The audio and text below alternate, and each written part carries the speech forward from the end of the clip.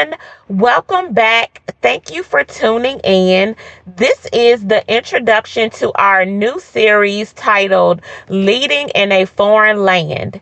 This series highlights the leadership journey of Daniel and his friends, Hananiah, Mishael, and Azariah.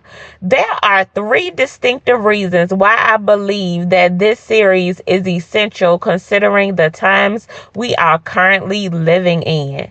One, Daniel and his friends were young people. Because I am an educator, I have a compassion for young people.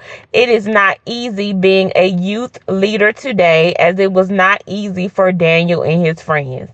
Thus, let's not get it entangled. Having the title of leader does not make you a leader. Your influence makes you a leader. And whether you follow the influence of God makes you a God-fearing leader versus following the influences of the devil or evil, which makes you an evil leader. Point blank, period. Youth today are exposed to things that can create a lustful appetite for money, sex, popularity, drugs, and several other things. Daniel and his friends had a lust to change a culture, to follow the one true God.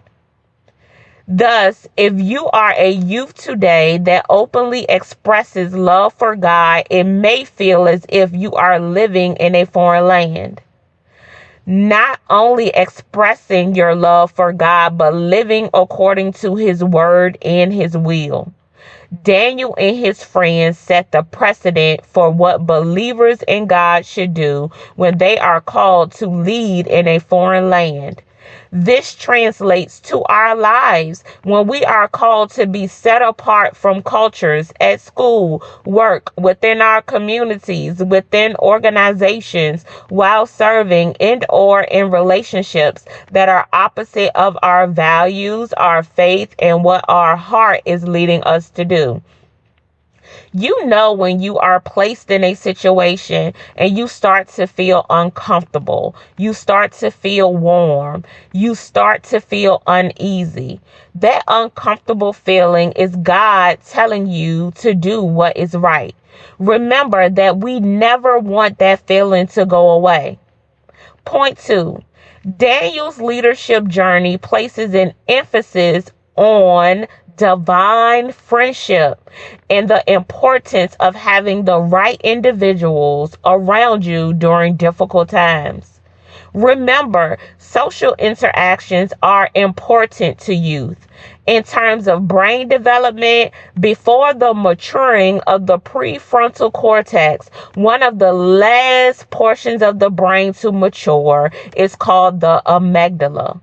The amygdala helps control emotions and decision making. The prefrontal cortex controls judgment, rational thinking, and the consequences associated with behaviors and actions that have long-term effects.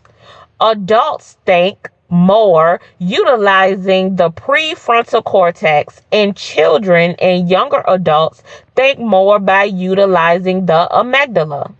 This is why sometimes we cannot handle the breakup. Okay? This is why friendship and social interactions can supersede rational decision making in younger people if they do not have a strong relationship with God. This is why sometimes your parents or guardians must intervene during younger years to ensure that you are connected with the right people. Daniel and his friends went through trials and tribulations together.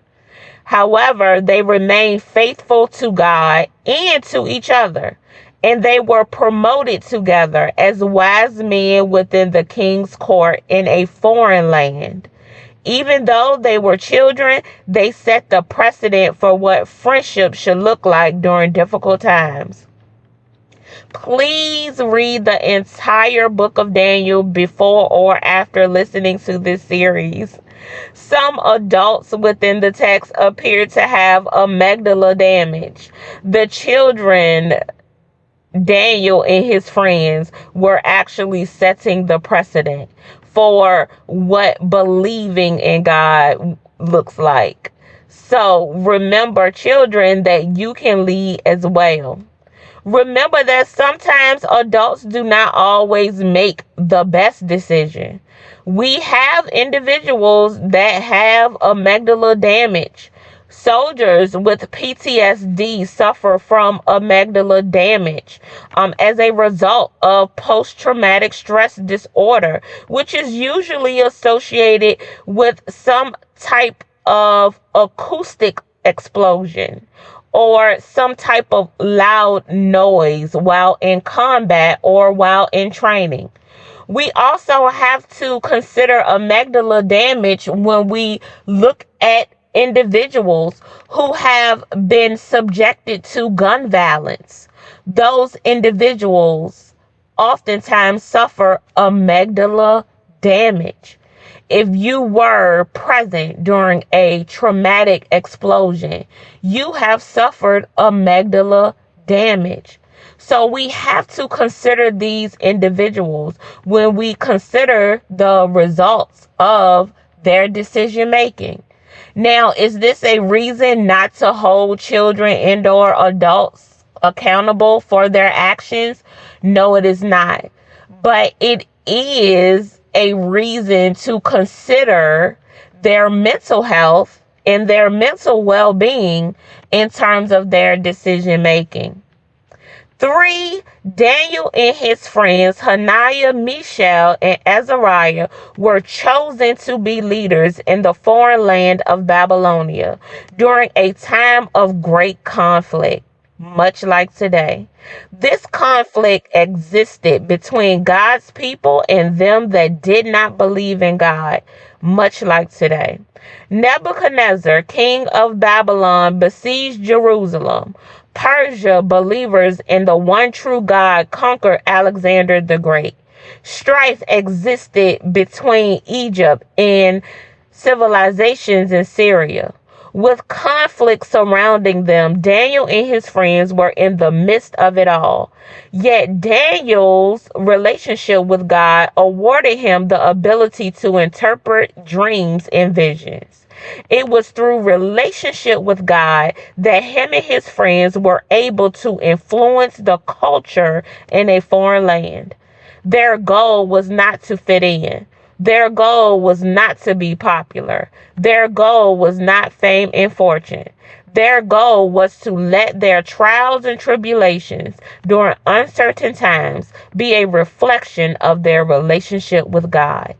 So, as I stated, please read the book of Daniel. If you are an adult listening, please encourage your children to read the book of Daniel. I asked my son, I said, did you read the book of Daniel? I would advise you to read the book of Daniel. Please. So, like I said, if you are at home, encourage your young people to read the book of Daniel. Encourage your family to listen to the Check Your Seed podcast with you. I promise that I will not be long-winded. I will keep the episodes less than 30 minutes. I promise. Okay? So, as I stated, thank you all for tuning in, and I look forward to God changing our lives through our new series titled Leading in a Foreign Land.